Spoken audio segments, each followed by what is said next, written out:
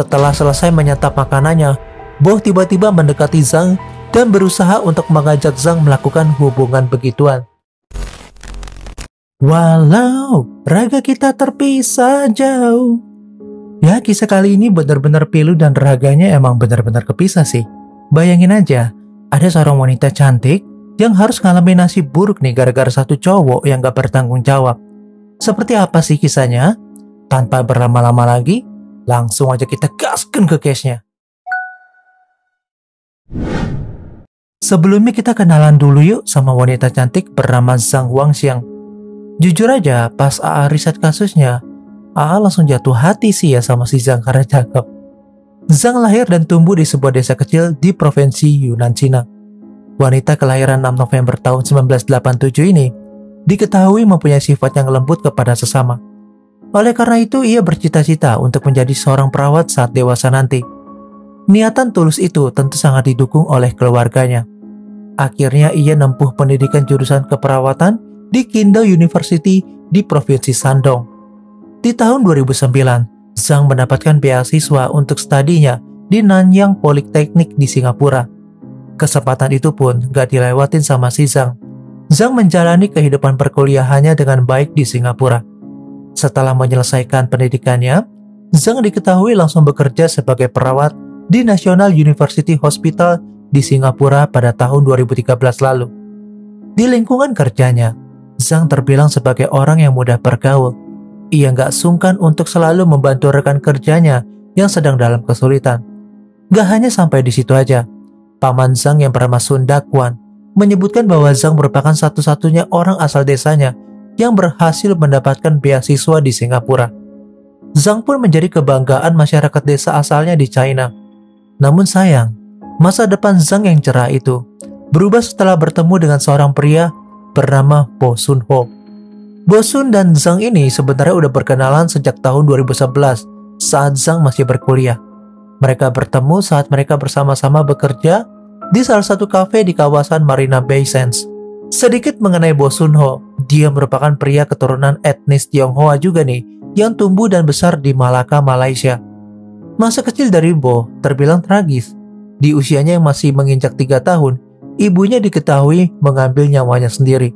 Ia dan saudara perempuannya kemudian tinggal dengan neneknya, sedangkan ayahnya telah menikah lagi dengan wanita lain.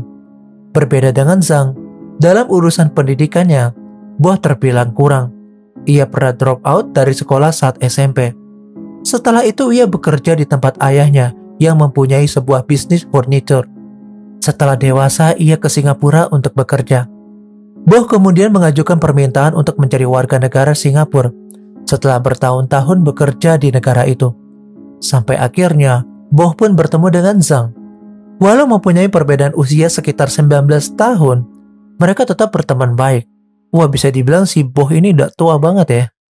Beberapa kali Bo sering ngajak Zhang untuk makan bersama, serta nonton film di bioskop. Sering meluangkan waktu bersama, membuat Bo pun merasa ada getaran-getaran cinta pada Zhang. Perasaan Bo itu muncul saat Zhang mau menerima suapan sebuah popcorn dari Bo. Namun ternyata belakangan baru diketahui, Zhang ini ternyata hanya menganggap Bo sebagai teman dekat aja, atau ya istilah kata di Indonesia tuh abang-abangan aja. Apalagi perbedaan umur yang terpaut jauh mungkin menjadi salah satu pertimbangan Zhang. Setelah 4 tahun berkenalan, Bo akhirnya nekat mengajak Zhang untuk menikah dengannya. Namun gak ada balasan dari Zhang. Meski begitu, pertemanan mereka tetap berjalan seperti biasa. Dan pada tanggal 18 Maret 2016, Bo gak sengaja melihat Zhang bersama seorang pria yang sedang berada di balkon apartemennya. Melihat hal itu tentu aja membuat Bo merasa sakit hati. Apalagi udah hampir 3 bulan ia dan Zhang jarang bertemu seperti biasanya. Saat itu Bo merasa Zhang ini telah berselingkuh dengan pria lain. Padahal seperti yang kita ketahui ya, hubungan keduanya ya cuma teman biasa aja. Dia juga merasa selama ini udah mengeluarkan banyak uang untuk mengajak Zhang makan di restoran.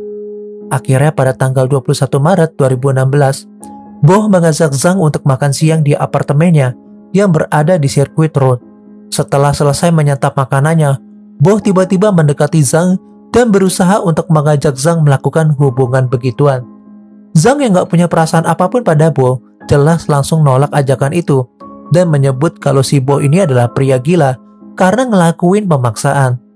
Dalam amarahnya, Bo kemudian sempat menanyakan kepada Zhang tentang siapa pria yang bersamanya tempo hari.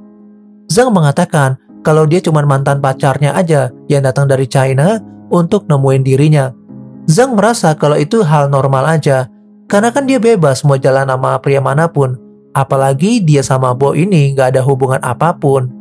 Bahkan Zhang juga menceritakan bahwasannya ia pernah melakukan hubungan dengan mantan pacarnya itu. Mendengar hal itu membuat emosi Bo udah mencapai batasnya. Dia kemudian mengambil sebuah handuk miliknya dan langsung melilitkannya ke leher Zhang dengan kencang.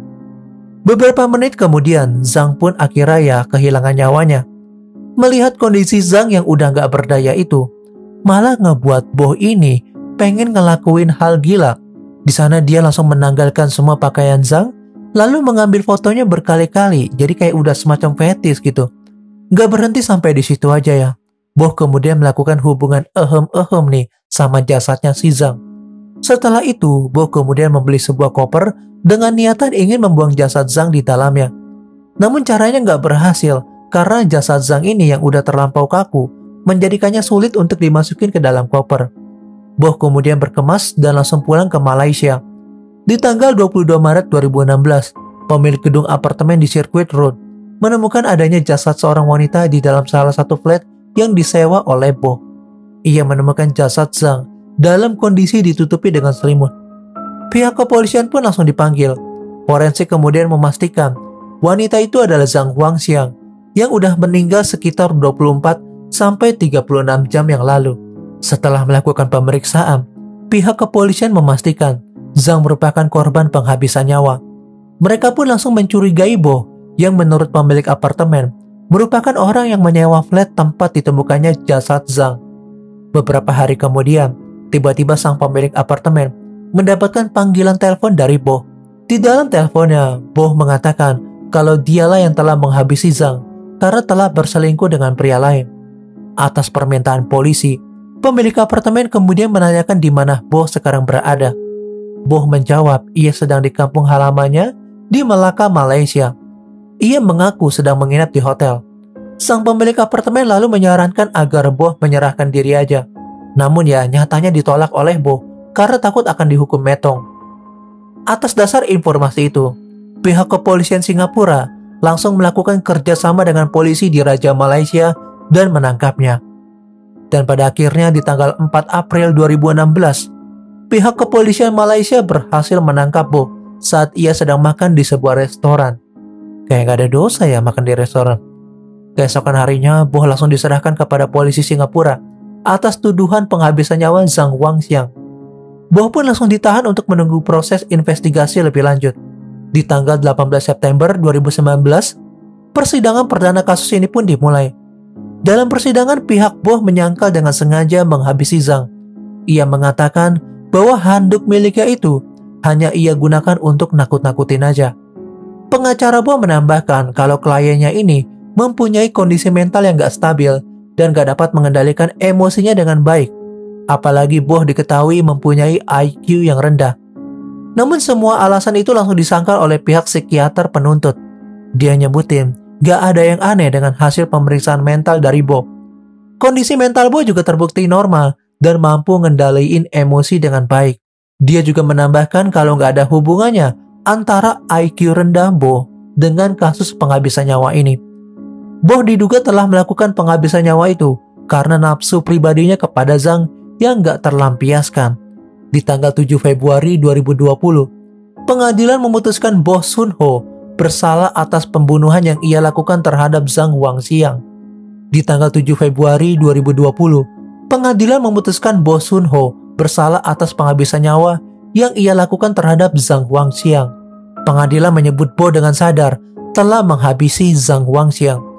Itu dibuktikan dengan niatan Bo yang awalnya akan membuang jasad Zhang dengan koper yang ia beli tadinya. Bo Sun Ho pun akhirnya divonis menerima hukuman penjara seumur hidup. Bo dapat mengajukan bebas bersyarat setelah menjalani masa hukumannya minimal 20 tahun penjara. Ia kemudian sempat mengajukan banding, namun langsung ditolak oleh hakim karena alasan pembunuhannya udah gak dapat lagi disangkal. Bos Sunho sampai sekarang masih mendekam di penjara Changi, Singapura.